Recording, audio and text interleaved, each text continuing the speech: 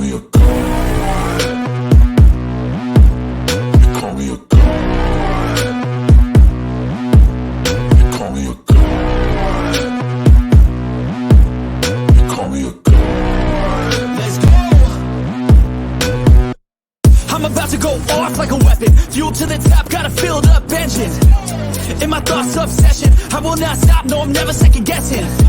I got a God complex. Haters love to hate, but I never feel pressed. Got a lot on my plate, but I never get stressed. I'll take all the pressure like I'm acing this test. Tear it up like I'm Jason. I see the world like it's ready for the taking. I see this place like a game I'm playing. Straight to the bank to collect my payments.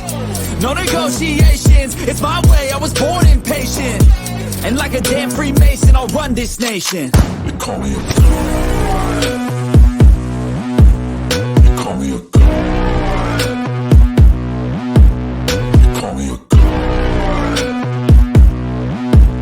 You call me a god. I don't know how to stop. I just go till I drop. Whether it's working or shots, give it all that I got. You can watch me work in my element. Anyone in the way is irrelevant. You wanna cross me, cool, not intelligent. Cause I don't forget shit like an elephant. Go ahead and tempt me, put it on the line and you'll come up empty. If I got time, I'm deadly. Never caught off guard, no, I'm always ready. I got a hand real steady. Look me in the eye and you'll see no hezzy. About to get real messy. I'll put you in a grid 6 feet like Kenny. You call me a god. You call me a god. You call me a god.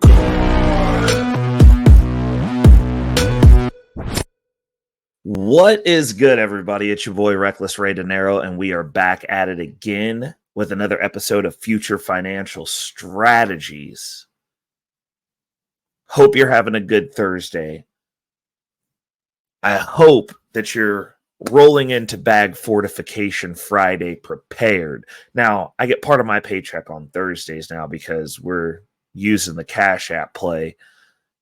And not gonna lie, I am ready to fortify. I am more motivated, and I'm not a big believer in motivated, but I'm feeling it. We're into the bull run. I'm seeing things happen. We're getting to the end of the month and getting that $100 plus cut of money into the from dividends in the portfolio. I'm excited. I'm seeing forward momentum. I am seeing the light at the end of the tunnel. For today's show, we're going to jump right into it.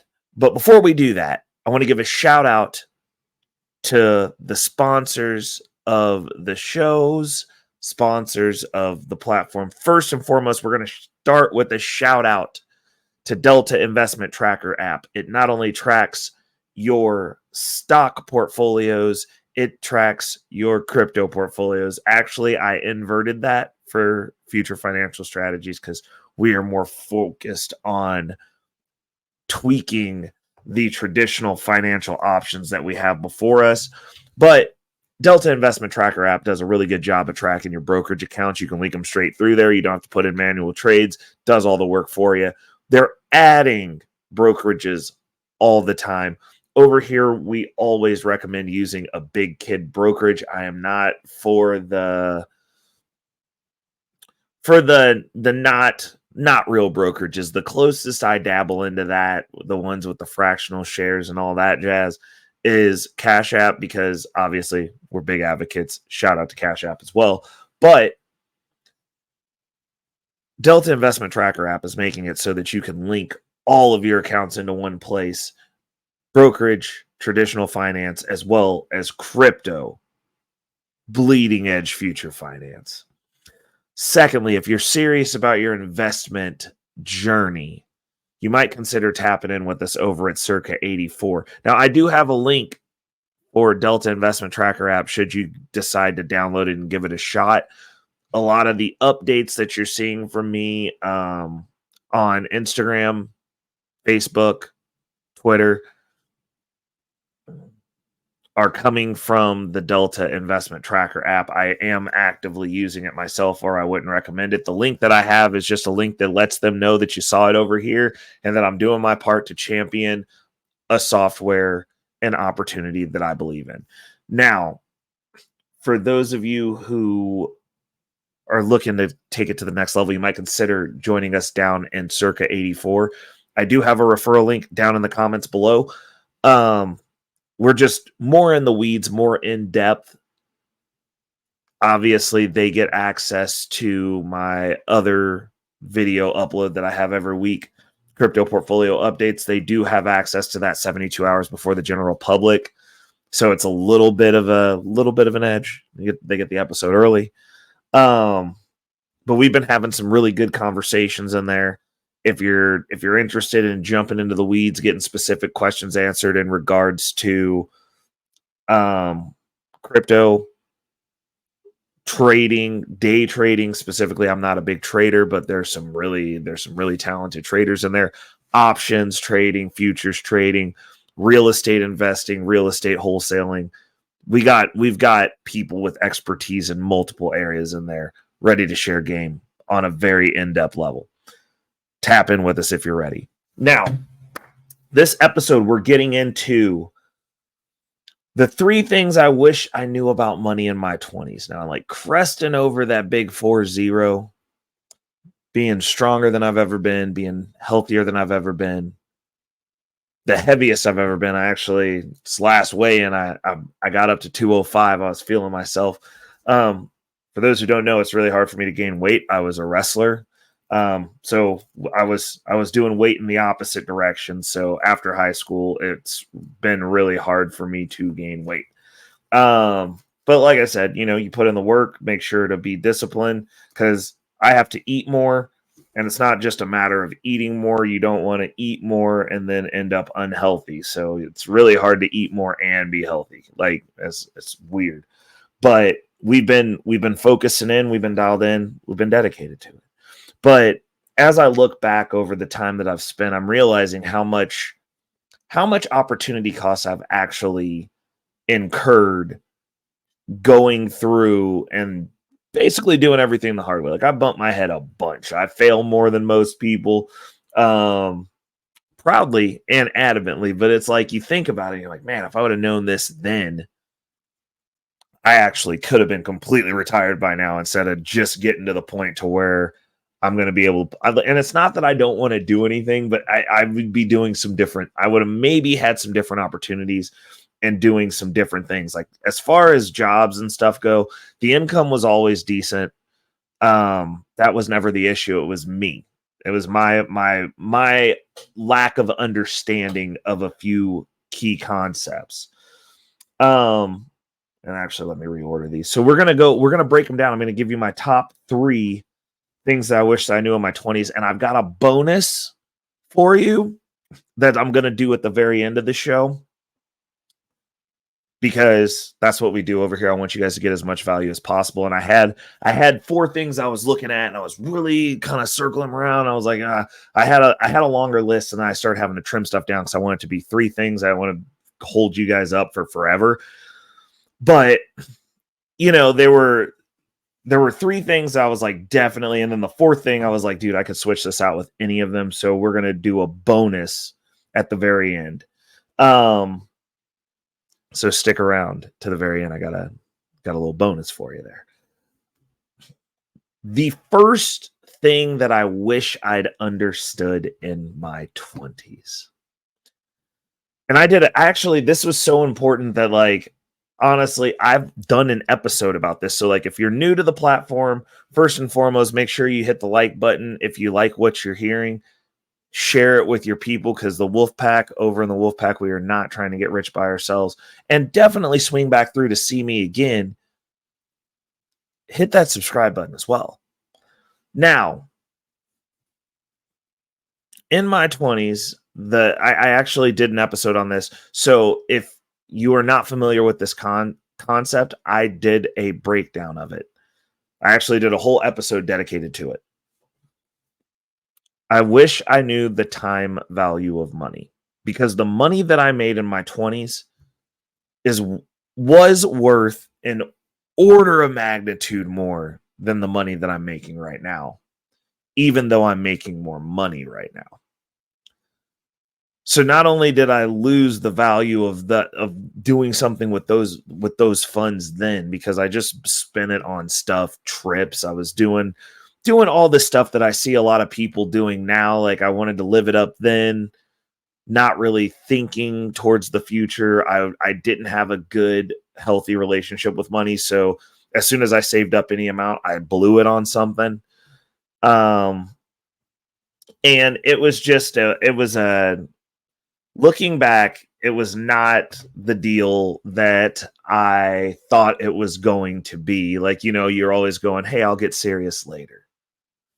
Now, mind you, I was halfway through my 20s when I started cleaning up my mess, but I had made a mess already. And I had been making a mess for the better. I mean, I started working when I was 15. I started making the mess then. Just unhealthy financial habits. I did not have it instilled in me to save, even though I don't believe in saving in the traditional way that most people believe in saving. Most of the gurus are telling you to save. Like I don't jive with that.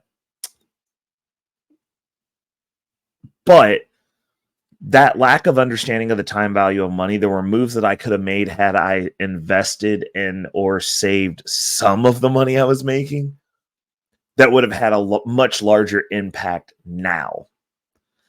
And now that I'm actually, over a decade into my financial journey of like doing it very seriously. Granted, I started dinking around with getting it together at 25. I'd probably say about 35.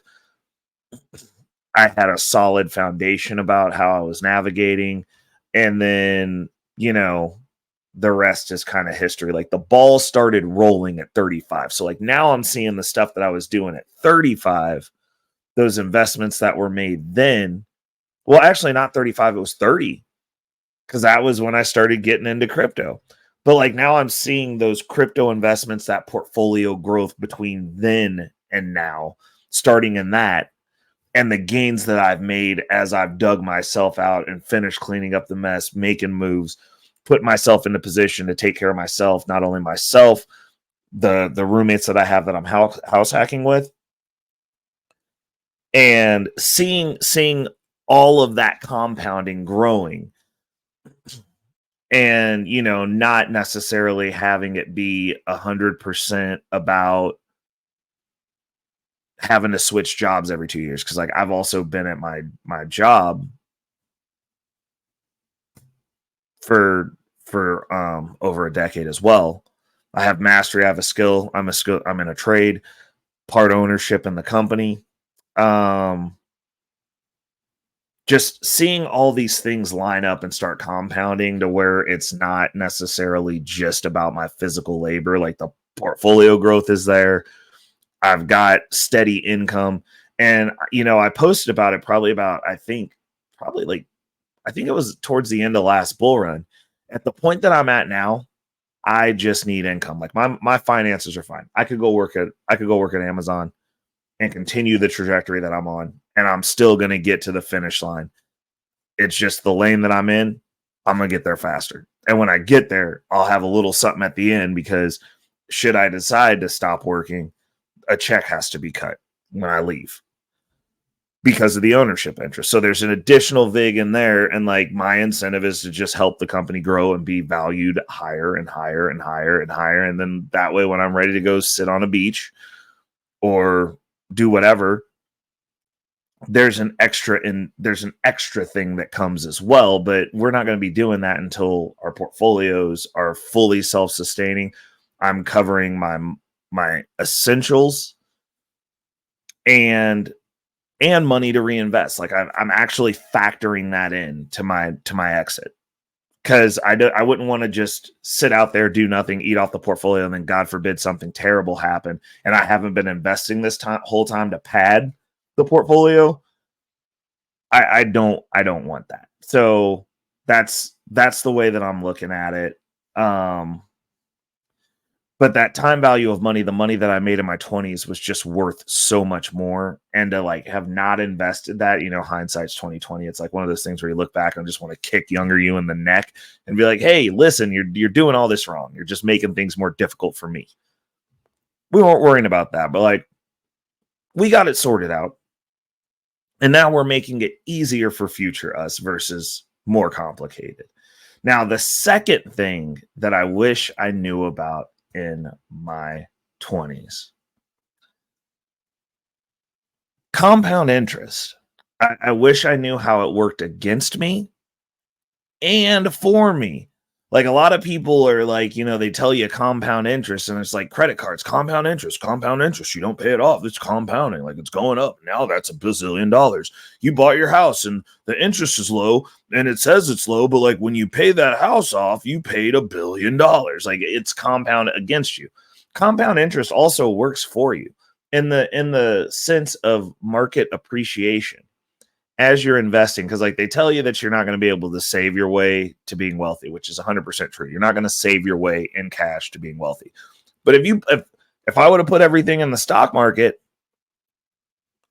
and saved in the stock market, the compound interest off the gain of the stock market plus me continuing to dollar cost average into the stock market would have been amazing.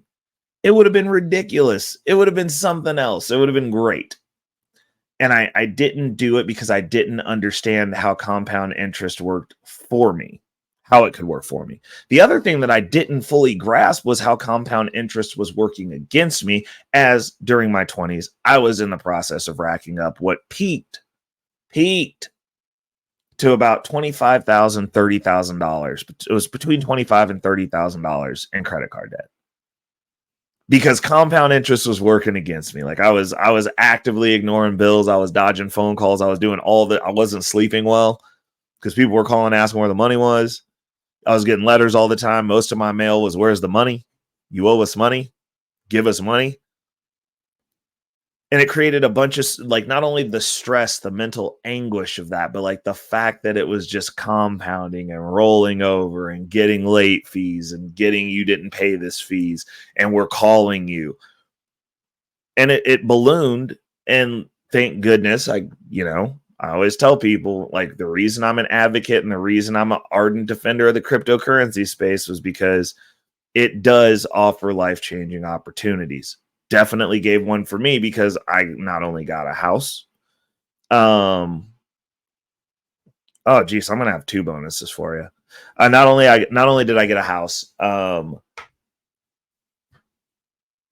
cleared all that credit card debt, so I became debt free. Obviously, I'm not 100% debt free because I use floats. I float during the bull run. We are getting ready to start documenting the exodus of debt, because now that Bitcoin has broken its previous all-time high, we are shifting our focus over to repaying all loans so that we can rinse and repeat clean. And for the bull run, because I can easily get those things handled before the bull run's over. I am almost done buying into the crypto market. I have a couple of more buys, but outside of that, we're really trying to chunk down. We're paying back this Discover loan. We're getting ready to redeploy another credit cash advance loan. That's one of the hacks that we use. We've still got the CashApp play. We might do a CashApp play in between because that's an easy payback, quick payback loan, just to get a little bit of extra capital flowing. But we're doing what we need to do. I'm really excited about it. So the compound interest one is definitely a major one that I really, really wish that we were aware of back in the day, because 20-year-old Ray did not get it. And I allowed compound interest to be utilized against me. So it wasn't even it was the compound interest that I was experiencing was the wind in my face and not the wind at my back. It just made it more difficult. Not that we couldn't overcome it, but it was just making it more difficult. And I really wish I would have known that. Moving on.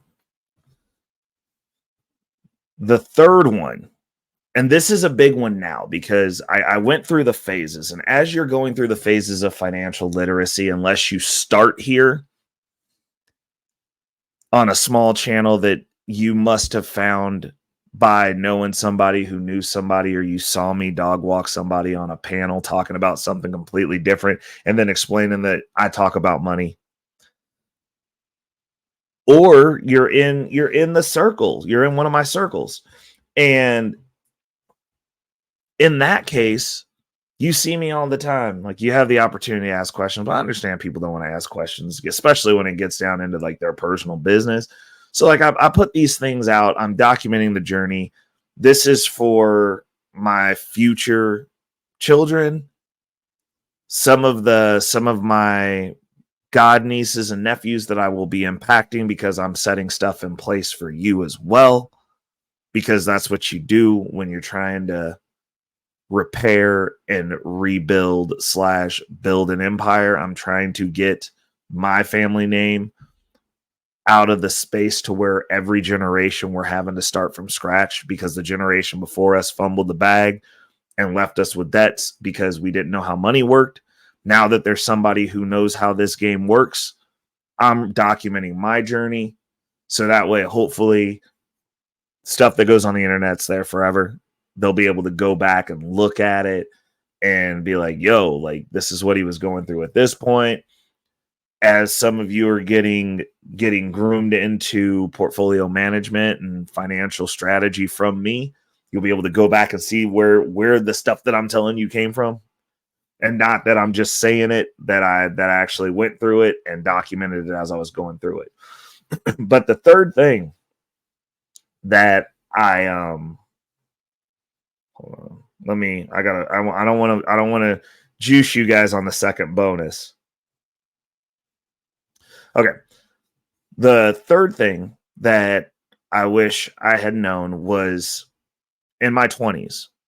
Now this is a big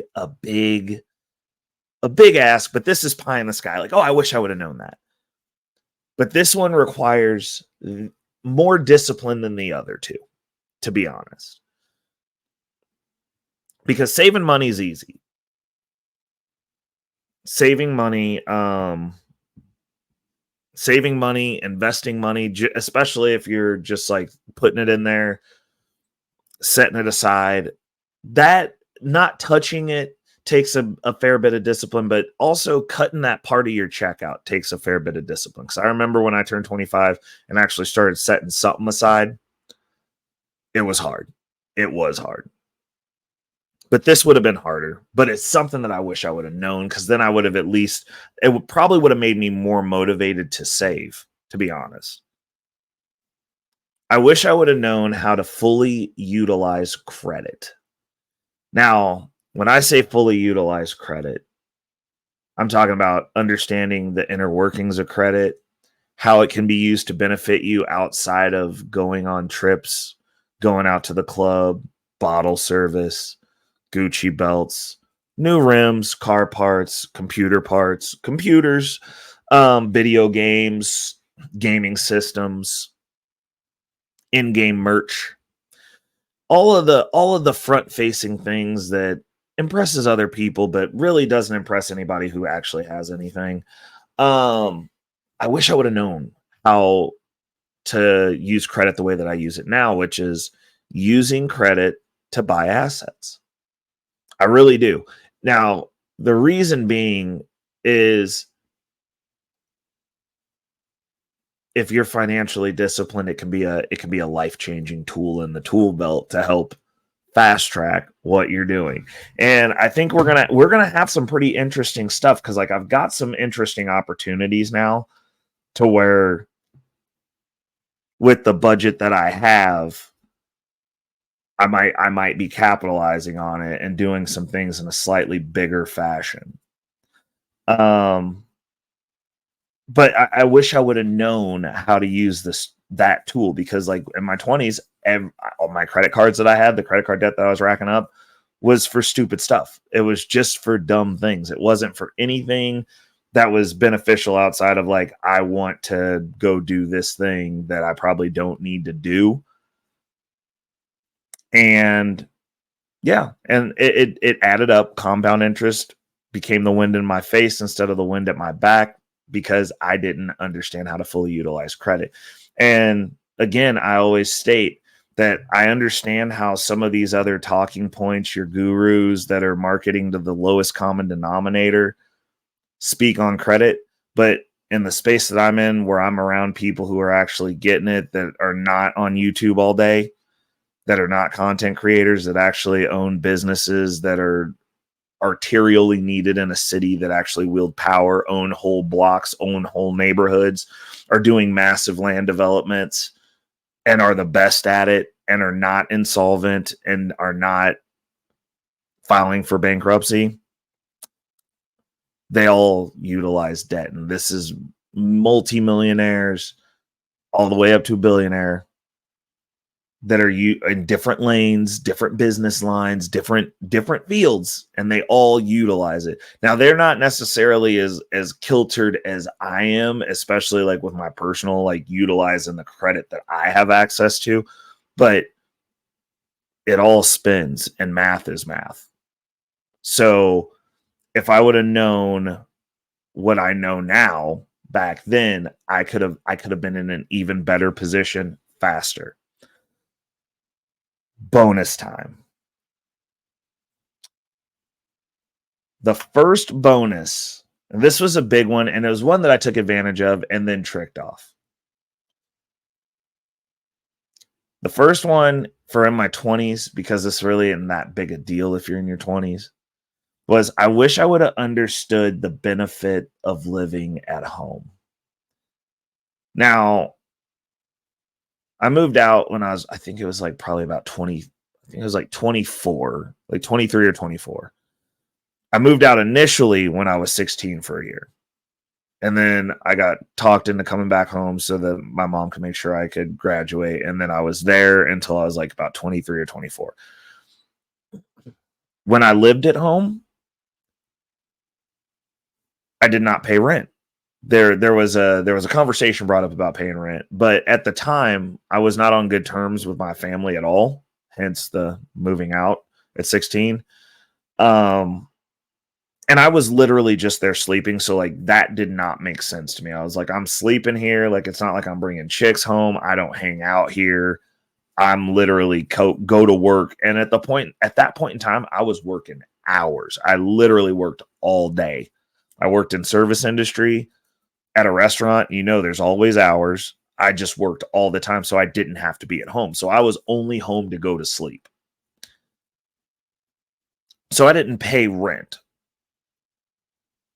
which looking back now, I was like, I wasn't drawing from the household, but I also wasn't contributing. And I was there. There was a little bit of power difference, whatever. But I wasn't paying rent, and I didn't save any money. Like, I remember when I moved out and I had like maybe $100 in the bank, maybe like $100 to my name, extra cash.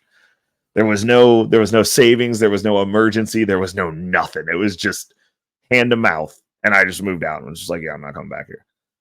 With no plan, no intention. And it was probably that also set me back.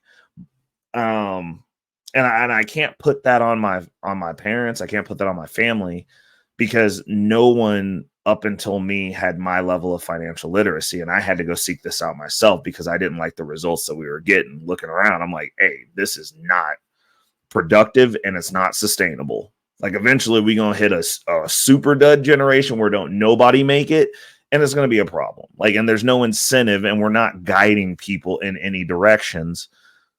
So we're not setting ourselves up to produce anything but really good workers. And I don't want to be my family name to be like, oh yeah, they produce great slaves, like really, really hard workers. And right now that's the gist of what was being produced. So like, I started looking for some different stuff. That said, I walked out of that situation with not near what I should have, and I didn't take advantage of it, which is a fault on my part. not taking advantage of that. So like if you're living at home, like I'm not going to be against anybody living at home for however long you got to, because now that I've been out in the world, I'm seeing the way that can be utilized strategically. But like there has to be a plan. I'm not going to tell chicks like, hey, if a dude's living at home, he a bum by off default. Now, if he's living at home with no plan, no savings, yes, bum, 100%. Not advocating for that.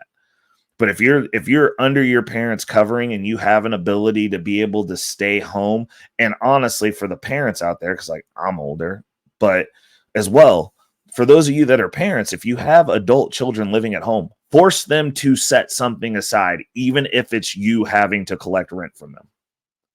Like, make them.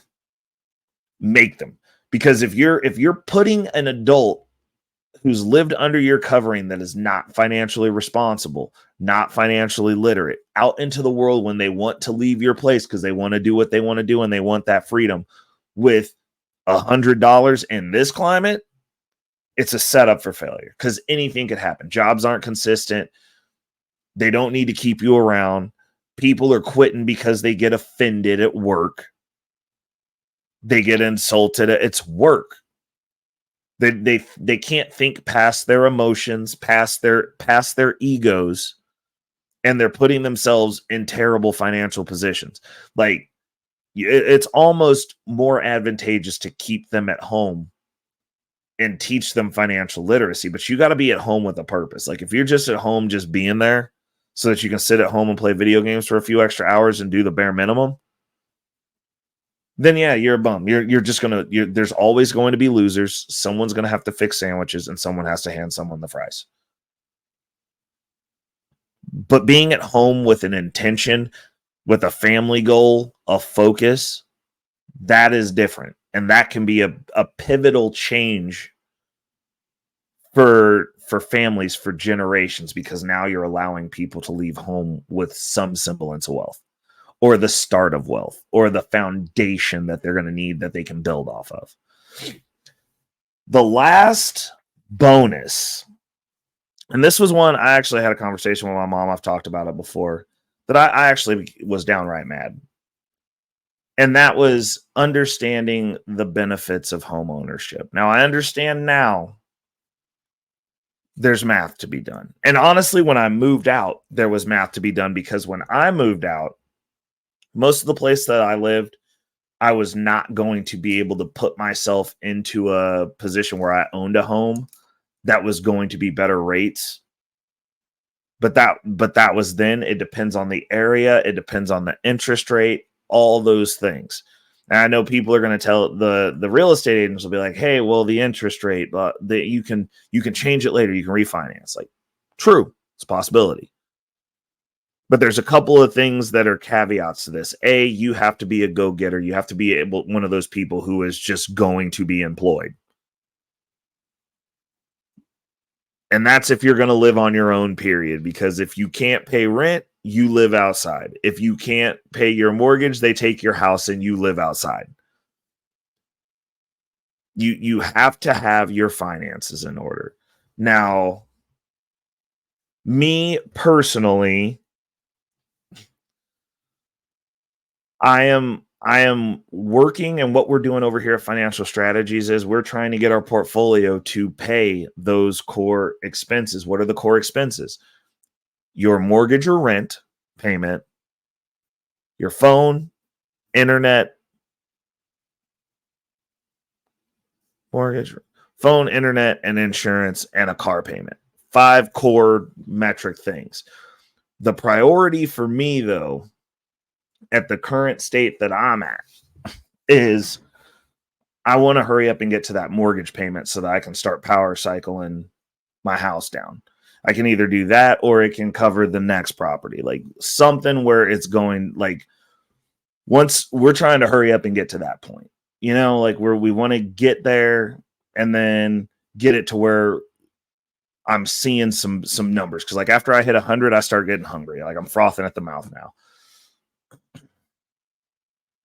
But you've got to have that income. Like you've got to be able to cover it, which is why I don't advocate, like, when I know people are doing it before they're getting married. A lot of people are doing it, but if you're in a situation, and I honestly believe even if you're married, it is financially irresponsible to buy something that's based off of both of your incomes that neither party could cover themselves. Because then if things don't work out, now you can't afford to live here. It just doesn't make sense. It's not financially responsible. All you're doing is flexing for people that do not care about you, that are not a part of your guys' deal, to look good for other people so that you can say, oh, well, we live in this poshier place because instead of getting something based off of one of our incomes, we make two incomes. So we making $200,000 because everybody on the internet makes six figures except for me, apparently. Let me be shamed for a moment.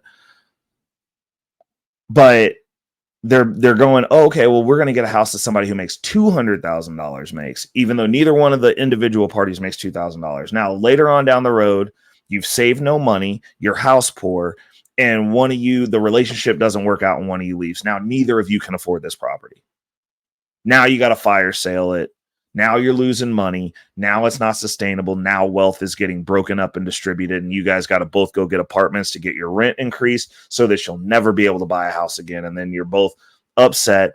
The girls in the femosphere space upset about the men's, and the man is talking about how this woman ruined him financially and took everything in the red pill space because both of you were ignorant. And you thought you were going to do more than what you should have been doing. And instead of building and scaling like adults who understand how money works, you guys decided to flex for the crowd. Now the crowd's laughing at both of you. The thing that people don't tell you about home ownership, though, is collectively the costs are less than what you think, because when it comes to the insurance, your insurance rates drop dramatically. And that was one of the things I noticed for me. So like when I bought my place, the way that it worked out was the mortgage payment was actually going to be $50 more than what our current rent was. $50. Now, if it's within $50, me personally, I would say I'm going to advocate for buying the property, and this is why. When we moved and got the stuff done, right? After it was all said and done in the wash and the insurance is set up and that first round of bills came around, my insurance rate dropped my total expenses. This is the house and my car. Dropped it $350 total expense. So it's $50 more, but it went down $350. So actually, I was paying $300 less owning my home than renting my home. Now, I think you guys might want to let that sink in, because there is a difference when you own your home from the insurance perspective. And like my mom, I was mad, and she was just like, oh, like we never even thought about it. But I saw it, and it was like noticeably I was frustrated, because I was like, I would have bought a house so much sooner if I would have known it was like this much less expensive than renting. Renters have higher insurance rates, like in order of magnitude higher. And I don't know why. It's crazy, but like obviously rent's high too. The other thing that I was very fortunate just very fortunate. All the places that I lived until I bought this place, which I've had this place, I think 5 or 6 years, 2019. So hold on. It's 2024. Yeah, 5 years was when I bought this place. Or no, it was like right when the pandemic started was when I bought this place, which I think was like almost all the way through 2019, going into 2020. But when I bought this place, the other benefit, especially during an inflationary environment, is the only variance to my mortgage payment has been tax-based, and taxes aren't going up. At least my taxes currently, fingers crossed, knock on wood, aren't going up. Like it's not driving the payment up hundreds of dollars a month. and they're not going up at the drop of a hat. They have certain points in time where they can raise or lower taxes. And, you know, I saw people over the pandemic, and like I've talked about this multiple times too. People over the pandemic, they're advocating for renting. And I know people who had to move 3 and 4 times because they couldn't afford to live there. And I understand that the gurus will be like, oh, well, like they just need to increase their income. Well, the reality of it is that I mean, I don't know anyone who increased their income enough to even match inflation in most cases, which I get. That's the reason y'all got to quit your jobs and move every 2 years. But I mean, the bonus of not being in that rat race is I don't have to worry about my payments going up that much. My roommates haven't had an increase in 5 years. They've been chilling. And I understand that some of the gurus out there also don't raise their rents, and good on them. But that's not most people. Very few Americans actually own rental properties in comparison to these conglomerates that are owned by outside interests that are just extracting money. Let's keep it a stack. That's how people ended up moving 3 times last year. Building gets bought out, contract changed immediately. Different change in ownership. They're changing the lease structure. Now you got to move because they want $200 more a month, $300 more a month. I saw people here that literally $400 a month increase when the building got bought to everybody. Pay it or get out. Figure it out. And I fortunately did not have to deal with that. So that's going to be my last bonus is that. But you know, I gave my opinions. I gave some stuff that I thought was that I needed to know when I was in my 20s. What do you guys think? Let me know down in the comments. Let's have a conversation about it. Those of you who do join the reply gang over here at the Wolf Pack will know that, especially like I'm going to be in the comments even after I'm too big to respond to all of them. But I do respond to all of them right now because there's no reason for me not to. Like, I'll be at work, I answer them just like you guys DM me, bro. So tap in with me down in the comments and let's have a conversation about it. What did you guys wish? What's one thing you wish you knew in your 20s? That's going to be the question for, let's have the conversation about it in the comments. Until next week, it's your boy Reckless Ray De Niro, and we are out. Peace.